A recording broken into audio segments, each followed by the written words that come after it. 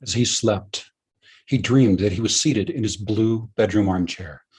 Lola sat on his lap. Travis rubbed her ears while her little tail wagged furiously. Good girl, Lola, he mumbled in his sleep. His sleep talking woke him up. The bedroom was ice cold. As he lay there, unable to fall asleep again, he realized that Lola was no longer beside him. He suddenly felt an overwhelming sense of dread. The room was pitch black, but he could sense a negative presence. As his eyes slowly adjusted to the darkness, he saw someone or something. Good girl, Lola. He heard his own voice say from across the room. By the dim light of the moon, he saw his doppelganger sitting in the armchair. Lola sat on his lap, her tail wagging furiously as her ears were rubbed. The doppelganger had even fooled his beloved pet. The doppelganger stared at Travis. Its eyes flashed for a moment, like a wild animal's. Go back to sleep, it said soothingly.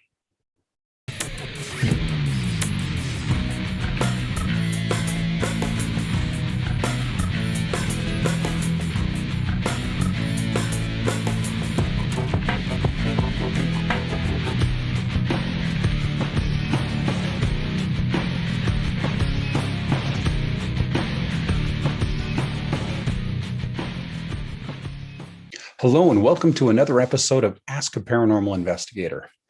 This is going to be kind of an interesting one. Today's topic is doppelgangers.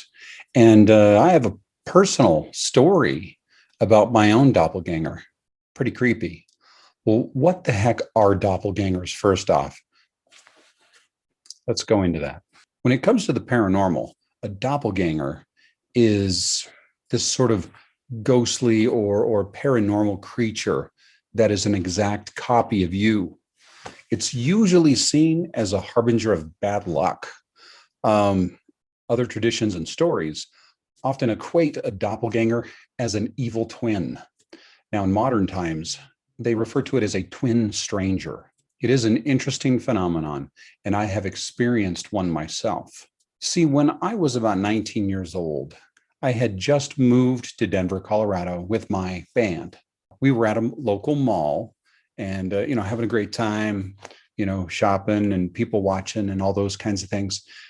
When this girl came up to me and she was very angry and she wanted to know why I stood her up. And, my other band members were looking at me and I was like, I don't know who you are. And she stormed off. Now, I then took my leave to go to the restroom. And when I came back, my band members were quite stunned because I had walked by and not said a word to them going the other direction. I was wearing glasses, so maybe a bit of a Clark Kent thing going on there. I don't know. Several times over the next few years, I would hear stories of things that I did that I had no knowledge of. So it was very strange knowing that I had a doppelganger there in my own town.